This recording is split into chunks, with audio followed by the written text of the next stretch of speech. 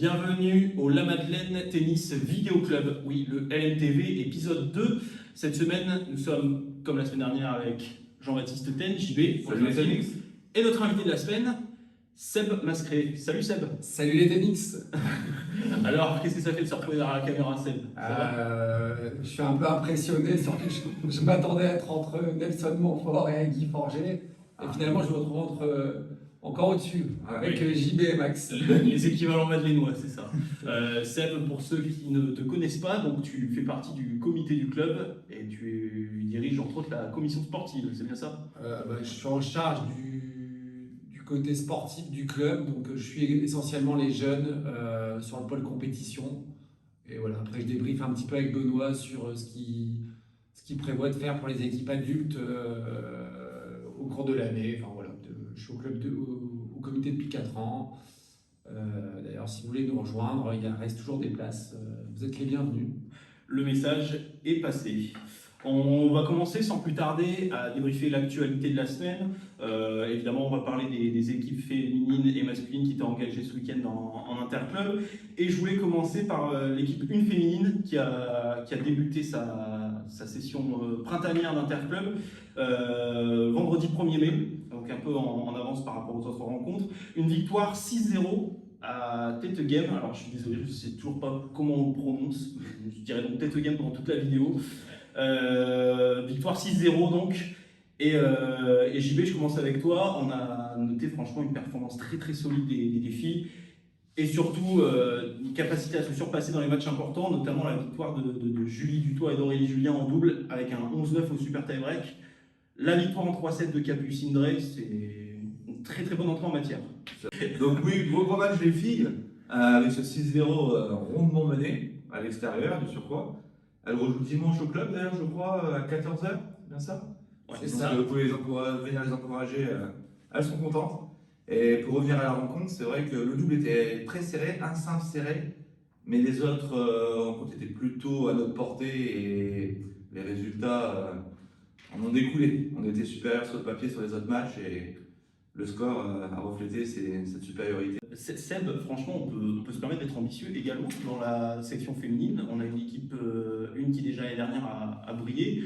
Là, ça commence avec un 6-0 assez facile du côté de Tettegem, du coup. Franchement, ça donne envie de la suivre, cette équipe. Exactement, tous les espoirs sont permis. En plus, c'est une équipe qui est, il me semble, en Régional 4 et qui ne peut que monter puisqu'elle a été consolidée par quelques renforts cet été. Donc on espère bien qu'elles vont monter comme les garçons l'ont fait l'année dernière. La suite de l'aventure, donc ce week-end, ce dimanche plus précisément. Un mot sur l'équipe 2 féminine qui s'est inclinée 4-0 du côté de Ronchin. On notera quand même dans cette défaite un superbe match de Camille Delpouf qui a rejoint l'équipe l'été dernier. Camille Delpouf, c'est donc 32, qui a perdu 7-6, 6-4 à 15-5. Camille Delpouf, vraiment pas loin de la 3e série en termes de niveau de jeu actuellement. Ça force le respect. C'est pas mal. C'est pas mal du tout. Moi. Merci JB. Pour l'instant, tu retravailleras ton dossier la prochaine fois. Pour l'instant, au niveau des filles, je suis pas très bon. Mais je vais m'améliorer les filles, promis. Bon, on enchaîne avec les équipes masculines et forcément on est obligé de parler de l'équipe 1 qui évolue donc en pré-national, qui avait commencé tambour battant contre le TC Amiens, qui jouait chez l'Olympique Grande-Sainte ce week-end, défaite 4-2. C'est pas passé très loin, il y a eu des gros combats, notamment Louis Madessier et Edouard Praquin en simple. C'est la première défaite, il fallait s'y attendre. En pré-national, le niveau il est quand même très élevé. Ouais, après je pense que alors j'ai pas assisté aux rencontres, mais des échos que j'ai eus, l'équipe menait 2-0. On n'est pas loin de basculer. Je crois qu'Edouard prend le premier set et finalement perd en 3-7. Et pareil sur les doubles, des doubles très accrochés mais qui tournent pour Grande-Sainte. Donc un peu de déception, mais avec toutes les satisfactions qu'on a eues l'année dernière avec cette équipe, ils sont quand même valeureux. Perdre 2-4, c'est pas, surtout à l'extérieur. Ils vont se rattraper, on en est sûr, dans les prochaines rencontres. Ouais, tout à fait. Et puis JB, on en avait parlé avec Edouard la semaine dernière. Cette surface un peu particulière à Grande-Sainte, est-ce que ça a défavorisé notre équipe? Ils sont allés pour le match nul, c'est vrai, ça ne s'est pas joué à grand-chose. Vraiment, quelques regrets sur cette rencontre. Mais on notera quand même toujours Arthur Robert qui garde son invincibilité. Ouais. 0 défaite en équipe. Il est injouable. Arthur, Il est injouable. faut miser sur toi tout le temps. Et sinon, c'est vrai que Edouard, ça s'est vraiment pas joué à grand chose au troisième set. Il a fissuré, il avait dû mettre le t-shirt, son t-shirt fétiche. Et le reste, les doubles, la logique a été respectée. Ils étaient quand même un petit peu au-dessus au niveau classement. Et c'était serré. C'était sur leur terrain, avec sûrement leur public, les supporters avec eux, et ça a peut-être fait la petite diff, le troisième ou le cinquième homme, selon si c'est des simples ou des doubles. Je pense que le public a peut-être fait la diff sur ce match, plus la surface. En tout cas, pas de regret à avoir, c'était que la première défaite. Et puis surtout, on a deux autres équipes masculines qui ont vraiment brillé ce week-end. L'équipe 2, parce qu'on a besoin d'en parler, le rouleau compresseur de l'équipe 2 qui a aligné la Dream Team ce week-end, les coachs François, Rodrigue, Benoît, Pierre de Mester, 6-0 contre Roubaix, Seb, c'est une promenade de santé. C'est vrai que je suis passé à la fin, ils étaient dans les doubles. J'ai senti une équipe soudée et et je pense qu'aussi les choix tactiques de Benoît ont été payants en alignant une équipe très forte sur cette rencontre. Donc 6-0, ils consolident leur première place et je suis sûr qu'ils vont remonter d'une division aussi cette année. Ouais, et puis 2 victoires, 6-0 pour lancer leur championnat. Un mot également sur l'équipe 3, celle dont tu fais partie. Je vais dire un petit mot sur l'équipe 2 quand même. Ouais. Gros match de Benoît. Moi j'avais des matchs de Benoît ici. Ouais. Il a été solide puisqu'il a rencontré un 15-4, mais ancienne seconde série, un peu comme lui. Et c'était vraiment un super bon match à regarder. Son adversaire très agressif, Benoît, arrivant à bien défendre, à renvoyer bien long et être agressif pile quand il faut. Je pense notamment à la balle de 7 du deuxième, où il fait un revers long de ligne, mais magnifique. Et franchement, un gros match de Benoît. Ça faisait longtemps que je ne l'avais pas vu jouer. Et là, il m'a impressionné, le coach Benoît. Surtout qu'il avait perdu le premier set. Ouais, il avait perdu le premier set 6-2. Il a été cherché au physique, puisque 7-6 dans le deuxième, de ce que je vois, et 6-4 sur le troisième. Costaud Benoît. Voilà. Et ce match, vous pouvez le voir à partir du deuxième set sur la chaîne YouTube, si vous voulez voir, ainsi que le match de Rodrigue et le double de Benoît et Pierre. Voilà, tu peux passer à l'équipe 3, désolé. Oui, non, mais il fallait en parler. C'est pas ça que tu ne me donnes pas la parole. S'il te plaît. Ne vous disputez pas, s'il vous plaît. Non, c'est pas le lieu ni le moment. Puisqu'on parlait de l'équipe 3, on parle d'hommes en forme également. Seb, t'es dans cette équipe 3. Alors, on en parlait la semaine dernière avec JB, c'était même notre tennis de la semaine. On est quand même bluffé en ce moment parce que fait Fabien Marie sur un terrain de tennis. Il est vraiment à son prime, on a l'impression. Ouais, c'est ça. Il a gagné 2-15-2. Je ne sais pas s'il en avait déjà gagné dans son histoire. Donc, il est lancé. Il va aller nous chercher la seconde série dans quelques années, j'en suis sûr. J'ai dit pareil la semaine dernière. Maxime m'a repris. Alors, dans ce cas-là, la majorité l'emporte. Je ne vous reprendrai pas, messieurs, cette semaine. Donc victoire 5-1 à Sequedin, deuxième victoire de suite donc pour l'équipe 3. À noter également la première titularisation en senior pour monsieur Raphaël Dubois. C'est ça. Victoire. Il avait fait un match l'année dernière, alors pour des matchs qui comptaient plus avec l'équipe 2. Je crois que c'était un déplacement à Valenciennes, il me semble. Et là, cette année, il a joué donc avec l'équipe 3, il a gagné son match. Donc c'est très bien, c'est bien pour le. Et en plus, il a gagné le double avec le spécialiste de double Nicolas Ducrotois. Donc bravo à Raph, c'est costaud en ce moment. Il a gagné à 15-3 au tournoi jeune la dernière fois. Donc il se rapproche de passer 15-3. Je suis sûr que c'est dans les prochains mois. Il lui manque plus beaucoup de points, il me semble. Donc ce sera notre joueur le mieux classé en jeune. Voilà, félicitations à lui. Et puis bravo aussi à Vincent qui a fait le déplacement avec son équipe. Il ne s'est pas aligné en simple, il était juste été là pour assurer un double. Même s'il l'a perdu, mais bon, je sais que Vincent n'est pas un spécialiste du double. On a déjà perdu ensemble. Mais en tout cas, bravo à lui. C'est un capitaine super sympa et je pense que l'équipe vit bien et ça se ressent à travers leurs résultats. Le groupe vit bien. Le groupe vit bien. Le groupe vit bien. Il n'y a pas encore de friction, tout ça. Pas encore. Les sens soudés, ouais. Contrairement à JB et moi, il n'y a pas de prospection. Avançons. On reviendra après, on touchera un petit mot, Seb, toi, JB et moi, on aura l'occasion d'en reparler sur les équipes jeunes qui jouaient ce week-end et plus généralement sur les performances des équipes jeunes cette année. On va juste faire un point sur la programmation de ce week-end. Il y a 3 matchs prévus pour nos équipes. Donc vous l'avez bien compris, l'équipe 1 féminine qui joue ce dimanche à 14h à domicile, un gros derby contre le Racing de Roubaix. Toujours intéressant ce genre de match. Et puis ce sera l'occasion pour nos joueuses féminines de l'équipe 1 de confirmer. Il y aura également le déplacement de l'équipe 4 au TC Los et la réception de l'équipe 5, alors j'ai plus l'heure en tête, je suis désolé, du TC Embrun. Voilà, un petit mot sur la programmation du week-end. 3 rencontres. L'équipe 1 qui joue contre Roubaix, féminine chez les filles. À 14h. À 14h, ouais, 14h au club. Donc Roubaix, on leur a pas laissé un bon souvenir avec l'équipe 2 le week-end dernier, parce qu'on leur a mis 6-0. J'espère que les filles vont faire de même. Ouais, elles sont bien parties. Vous connaissez un peu les classements chez Roubaix, mais j'ai pas la visu. Comment? Si sur le papier on est au-dessus ou pas par rapport à Roubaix. Une bonne question. J'irai voir ça tout à l'heure. Ouais. Je mettrai des petites annotations autour de nous. Voilà. Bon Seb, on arrive à la partie où tu es au centre de l'émission. On en parlait. Vous pouvez parler un petit peu sur les jeunes aussi, et le match du jeune. Eh ben, J'allais finir. La transition est toute faite.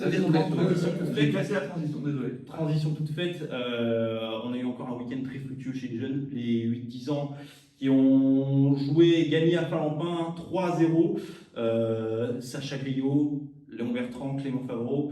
Une génération qui est en train de pousser petit à petit, qui vise la 2e place finale de sa poule. Et puis il y a aussi les 13-14 ans qui ont joué et qui ont remporté un derby à Marc-en-Barœul. On sait à quel point ces matchs-là sont importants. Victoire 3-0 avec une performance à 31 de Raphaël Kebdani. Alors tout ça pour dire, Seb, qu'est-ce que tu penses des jeunes cette année? Est-ce qu'ils sont encore en train de franchir un cap à la Madeleine? En tout cas, je l'espère, mais c'est vrai que quand je suis arrivé au club, je me souviens qu'il n'y avait pas de jeunes au-delà de la. Je crois que le meilleur était le 33 ou peut-être un 32, mais je ne suis même pas sûr. Cette année, on a quand même 3-4 gamins qui sont passés 3e série, et puis on voit que chez les petits, ça pousse. Demain d'ailleurs, je crois que c'est 13h30 ou 14h à la Ligue, il y a les 2019-2018 qui font la finale départementale, il me semble. Donc c'est bien, c'est dans la continuité, on les prend de plus en plus jeunes et du coup on les voit progresser, c'est intéressant, on espère que ça va continuer ainsi. Voilà, après il faut s'entraîner, il faut jouer et ça va venir. En plus ils ont des modèles, la plupart de ces joueurs ont un papa qui joue dans les équipes qu'on a citées tout à l'heure, donc ça leur permet aussi d'avoir... Ou un papa très friand de tennis comme Julien Godefroy. Voilà, c'est ça, des conseils, des conseils avisés. À défaut d'être performant d'équipe, des conseils avisés et puis des spécialistes du tennis. Je voulais vraiment te mettre en avant là-dessus parce que c'est vrai que depuis que tu es arrivé au comité, je trouve que sincèrement il y a une génération qui s'est révélée au club qu'on n'avait pas forcément vu venir. Moi je me souviens, alors ça peut paraître un peu bateau ce que je vais dire, mais quand je suis arrivé au club, Léon jouait déjà, était déjà adhérent ici.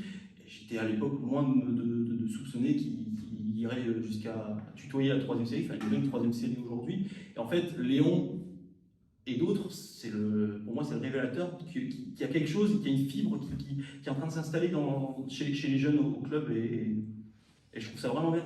Oui, mais je pense que ce qui est important chez les jeunes, c'est déjà qu'ils retrouvent des copains au club, ça leur donne envie de jouer en plus des entraînements, ça les fait progresser. Et puis il y a une cohésion entre eux, ils s'amusent aussi, il faut garder à l'esprit que quand même c'est un sport, ils ont un âge où ils sont là aussi pour en profiter, pour s'amuser, donc ils peuvent se mettre des fois une pression sur leurs rencontres, sur leurs résultats, leur classement. Et je pense que c'est anecdotique. Ce qui est important, c'est leur progression. Et puis, on n'en fera pas des vainqueurs de Roland-Garros, mais en tout cas, s'ils peuvent garder cette passion. Et puis, moi, ce que je dis souvent à mon gamin, c'est je préfère le voir au club que derrière une Switch ou un écran de télé. Donc, voilà, qu'ils gardent le plaisir, qu'ils s'amusent. Et puis, je suis sûr qu'ils vont tous progresser. Avec le temps, il n'y a pas de problème là-dessus. Ok, merci Seb. Dernière petite chose, puisque on parle des jeunes, mais tu organises aussi pas mal d'événements dans l'année qui, on va dire, participent à la cohabitation des équipes. Tu as organisé entre autres un grand barbecue d'équipe entre les équipes la semaine dernière. Est-ce que tu peux nous en parler un peu? Tu étais présent sur place? Comment Oui, ça c'est s'est passé? c'est ça. En fait, on avait fait, à l'initiative, Benoît avait organisé une réunion entre les capitaines. Et c'est vrai que la plupart des équipes s'entraînent à des horaires différents, donc on ne se croise pas forcément. Et enfin, l'idée, c'est quand même d'amener un peu de cohésion au sein du club. On est sur un sport individuel, mais si on peut ramener un peu de cohésion, je pense que c'est sympa. C'est plus sympa d'aller encourager une équipe quand on connaît les personnes qui jouent que quand ils sont juste la tunique de la Madeleine. Et en plus, ça s'est bien passé, les gens échangent. Enfin, il y a plein de gens sympas au club, donc c'est vrai que c'était l'occasion de se rencontrer. Donc il y avait toutes les équipes adultes, donc 5 équipes. Sur l'été, on a 5 équipes engagées chez les hommes et 2 équipes chez les femmes. Alors tout le monde n'a pas pu être présent, hein, forcément, parce que ça représente à peu près une 60aine de personnes. On devait être 25-30 personnes, mais c'était déjà bien. Tout le monde a joué le jeu. On a fait un petit barbecue sous mode auberge espagnole. Non, c'était très agréable. Je pense que ça a renouvelé. Et puis voilà, on voit aussi au travers des groupes WhatsApp, tout le monde essaie de suivre un petit peu. Je pense que ceux qui sont un peu à l'initiative de ça aussi, c'est l'équipe première qui a ramené quelque chose au club en allant au championnat de France. Ça crée une émulation et enfin, je trouve que ça est très positif au sein du club. Ok, parfait. JB, est-ce que Seb t'a donné envie de rejoindre les équipes l'année prochaine? Moi, je suis au cas où il manque quelqu'un, je suis là pour dépanner. Mais sinon, me lever le matin à 9 h, dimanche, bon, je suis un peu obligé de le faire pour filmer en ce moment, mais on pourra déléguer avec la solution caméra, ça sera plus facile. On sait que tu sais quelle est ta prochaine mission, enrôler JB définitivement. J'ai joué une fois en équipe 1, Ouais, oui. 15, Ouais. j'ai mis un jeu. J'étais content. Un excellent ratio donc. Merci Seb pour Pas de problème, c'était avec plaisir. entretien. La suite, toi, la suite de ta carrière, t'engages quoi? On est resté 15-3, enfin, Là, monté je suis descendu 15-3. 15-4 et j'ai même pas les points pour être 15-4. Alors j'ai des petits soucis de coude depuis une année que j'arrive pas trop à traiter. Donc bon, écoutez, un petit peu de footing, un peu de foot. Et puis si ça part, je reviendrai jouer au tennis. Mais en tout cas, je prends plaisir à venir au club, à venir supporter les équipes. Et même au sein du comité, on a un groupe vraiment sympa. Donc je renouvelle parce que tout le monde ne le sait pas, mais on a toujours des places vacantes. Donc si vous avez envie d'investir du temps pour le club, rejoignez-nous. Hein. L'appel est lancé. On aura besoin bientôt d'un trésorier. Donc, si on a qui sait compter, Si on a un comptable dans l'histoire, on est preneur. C'est le petit disclaimer du jour. On va finir rapidement donc l'actualité de la semaine. Je voulais parler très rapidement de l'animation qu'a proposée Valentin.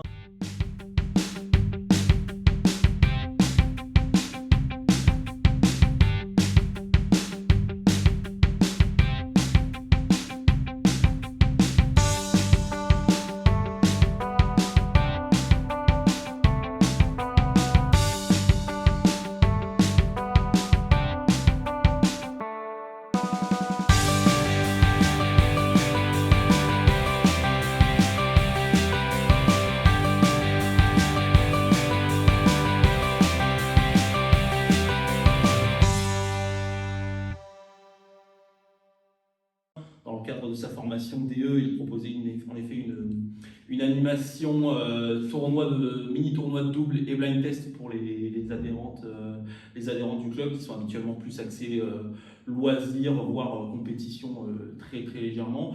Juste un petit mot là-dessus. D'abord, félicitations à Marion Bertrand qui a gagné l'animation.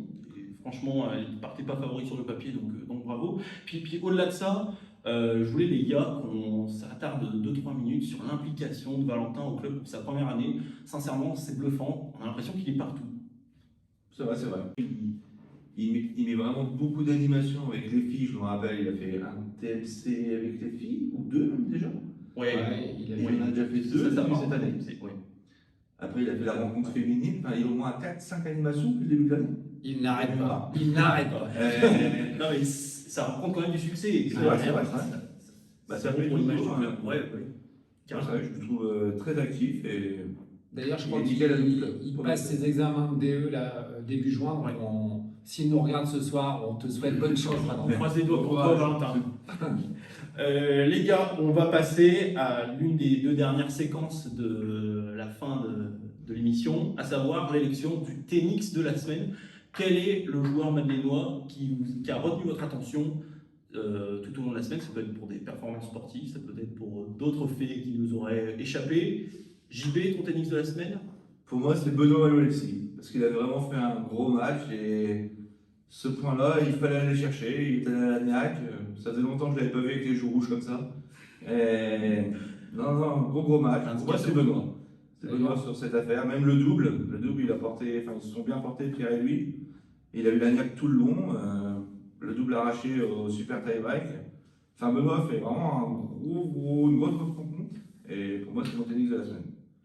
Seb? Alors moi je vais pas citer Benoît même si je le félicite parce que je sais qu'il apprenait un petit peu son match contre Maxime Lecomte qu'il connaît d'enfance. C'est quelqu'un d'ailleurs très très sympa.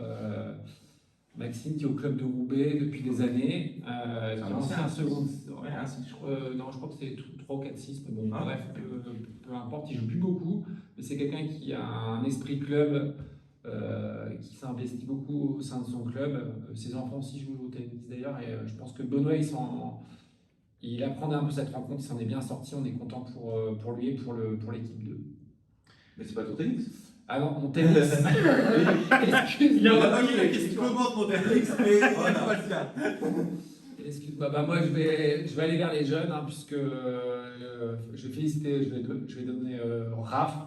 Donc il y en a 2 pour le coup, Raph Dubois et Raph Kebdani. Raph Kebdani qui est passé pas loin depuis un moment de sa première victoire à Trentin et qui a pu la concrétiser ce week-end dans la victoire des 13-14 dans le derby contre Marc. Donc félicitations Raph. Et puis Raph Dubois aussi qui a intégré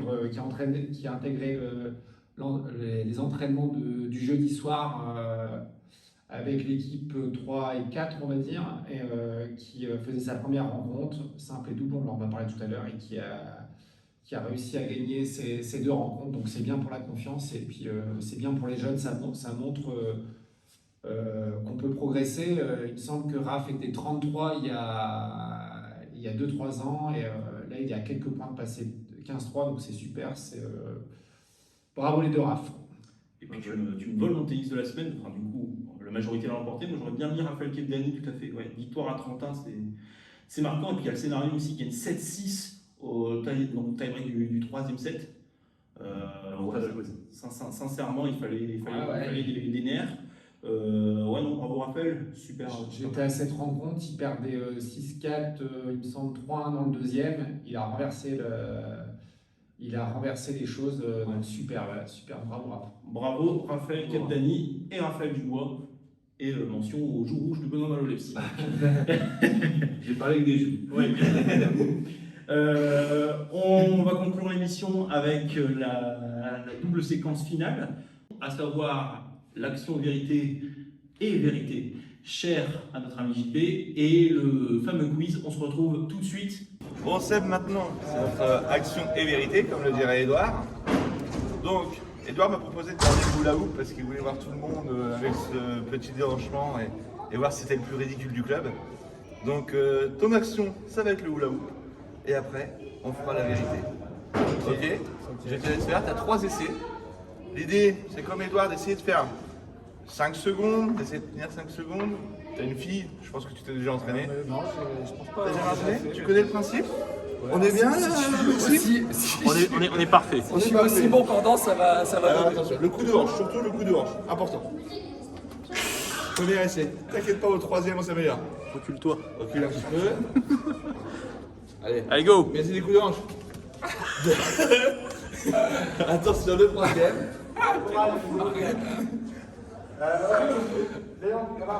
Allez, coup de hanche. Oh, c'est comme Edouard. Il était mieux celui-là. Ouais. On devrait donner 5 essais, je pense, pour que ça fonctionne. Bien joué, bien joué.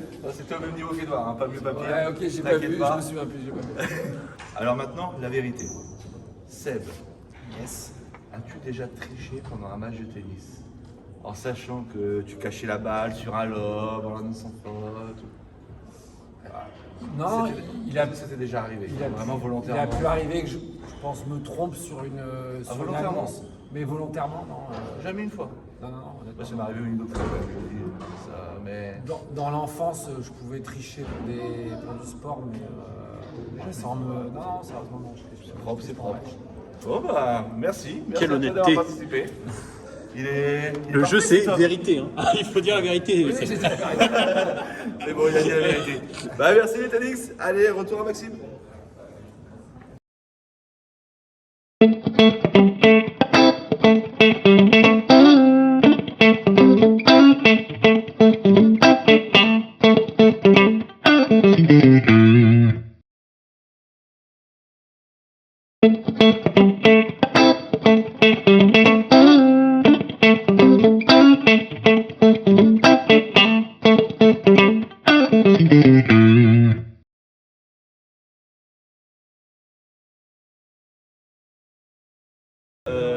Pour te rappeler un petit peu le concept, il y a 6 questions. Sur les 6, tu devras en choisir 3. Il y a dans le premier 6 questions, 2 questions au niveau facile, 2 questions au niveau moyen, 2 questions au niveau difficile. Tu auras le choix de la question à laquelle tu voudras répondre. Une bonne réponse à une question facile vaut 1 point, à une question moyenne vaut 2 points, à une question difficile vaut 3 points. Tu auras donc droit à 3 questions. Et selon ton parcours, tu pourras choisir la question selon le nombre de points dont tu as besoin. Ok, c'est bon. Ok pour toi? Edouard. À titre informatif, Edouard a fait 5 points la semaine dernière. Performance assez correcte. D'accord. Ok. Alors, j'ai sûrement pas son niveau de connaissance tennistique. Par contre, je suis un compétiteur, donc je vais essayer d'aller le chercher. Sachant que je pourrais jamais le battre sur un terrain de tennis, je vais essayer de le battre en plus. Voilà. Alors, Seb, je t'écoute. Choix de la première question. Est-ce que tu prends une question facile, moyenne, difficile? Allez, on va tenter la question moyenne pour voir un petit peu. La ce qu'il en question retourne. moyenne. Seb, qui est gaucher parmi Adrian Manarino, Lucas Pouille ou Benjamin Bonzi? J'aurais dit Adrien Manarino sans certitude, mais il me semble, ouais. C'est une bonne réponse. Ça te fait déjà 2 points, Seb. Oh là là. On avance. Question suivante. Tu as encore le choix. Je vais. Là, je commence à espérer la victoire, donc je vais reprendre une question. Je vais prendre une question dure. Allez. Une question difficile. Allez. Ok. Seb, quelle est la hauteur d'un filet de tennis? Bon, finalement, je vais prendre la question. Alors, une raquette et demie. Alors, La hauteur réglementaire, je précise. la taille réglementaire. Je vais l'accepter Parce que j'ai demandé à quel. à 10 cm. Oula, c'est trop 10. 10 cm. 5. Je pense que c'est lui qui choisissait pas toi, Ouais. donc 10 cm. Je vais dire 98 cm. On l'accepte ou pas? 91. 91 cm. c'est bon, du coup. Ça marche. Ah. Allez, 3 points de plus pour Seb. On a été sympa. Edouard va pas Voilà, être content, je pense. ouais, Ah Donc là, si mes calculs sont bons, je suis à 5,5, donc je vais aller chercher la question facile. La question facile. C'est stratégiquement très bien joué. Question facile. À quel stade s'est arrêté Loïs Boisson au dernier Roland Garros? Alors, désolé Edouard, mais elle s'arrête en demi-finale, donc je pense que je vais passer à 6 points. Il le dit avec beaucoup de confiance. Bravo Seb, c'est une excellente réponse et c'est un perfect. 3 sur 3. Bravo Seb. Bien joué, Seb. Ça fait un total de 6 points. Il passe en Désolé tête. Edouard, mais Seb passe en tête. Félicitations, bravo. Voilà. Merci. Désolé Edouard. C'est la fin de cette émission. Merci Seb et bravo pour ton implication tout au long de ce format. Merci. Merci de m'avoir accueilli dans cette entre. Qui va désormais devenir culte. Voilà, c'est ça. J'espère. JP, t'en as pensé quoi? Bah, j'ai trouvé ça sympa. On est complet? On n'est pas assez proche, je trouve qu'il y a un invité, mais. Hélas. Mais bon, tu me manques, Maxime. Rien n'est parfait. Mais bon, moi j'ai trouvé ça sympa. L'invité, ouais, ramène un petit côté peps à l'émission. Ouais, puis très impliqué. Ouais. Très impliqué. Bon, il a pas trop bafouillé, il était parfait. J'ai pas encore votre expérience, Ah, mais ça va venir. Ça va venir. Dites-nous en commentaire si vous voulez que Seb revienne, je pense que ça lui fera plaisir. Merci à tous de nous avoir suivis. On se retrouve la semaine prochaine pour le prochain numéro. Merci à vous tous, on a été complet. Merci à vous. Salut les Salut les Félix.